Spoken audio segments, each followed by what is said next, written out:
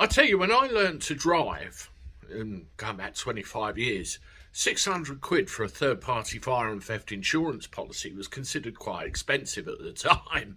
And I bet there's people on here which can remember probably cheaper, or even not having to have any insurance at all. But you roll forward to 2022 and insurance premiums are completely unaffordable for new drivers. I just don't know how they do it without adding mum and dad onto their policy, and even then it doesn't bring it down a lot.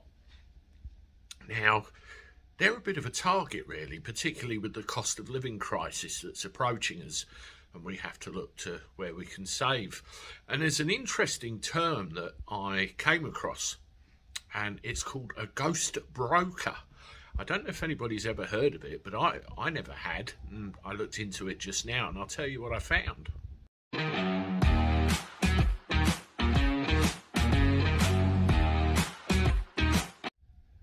Hello everybody, welcome back to the channel for a Tuesday. Hope you're doing all right. Let me know how you are in the comments below. It's evening time now, just doing another couple of bits of content. Yes, ghost broking. Obviously, when you go and get an insurance policy for your vehicle or whatever it happens to be, you go to a broker, don't you? Online, just searching car insurance, home insurance, whatever it happens to be, and go through the process. Well, there's a thing called a ghost broker, or the process is actually called ghost broking. And one of their targets particularly is younger drivers who suffer from the more pricey insurance premiums. And what these ghost brokers do, they're effectively scam artists, and they set up fake insurance brokerages. And where you will find them advertising is online, Facebook, TikTok, Instagram, all that sort of thing, all the usual social media platforms, and they try and attract particularly younger drivers who find driving initially unaffordable. What ghost brokerages do, they buy a load of insurance policies from genuine companies at a cut down price, and they use fake details to do this.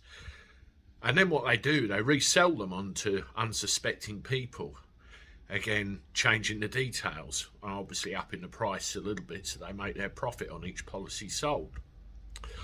Now, by the process of doing this and also changing the details on the policy, what actually happens, the policy becomes invalid. So you get a load of drivers who are falling for this, driving around, and they've actually got no insurance and they don't know it.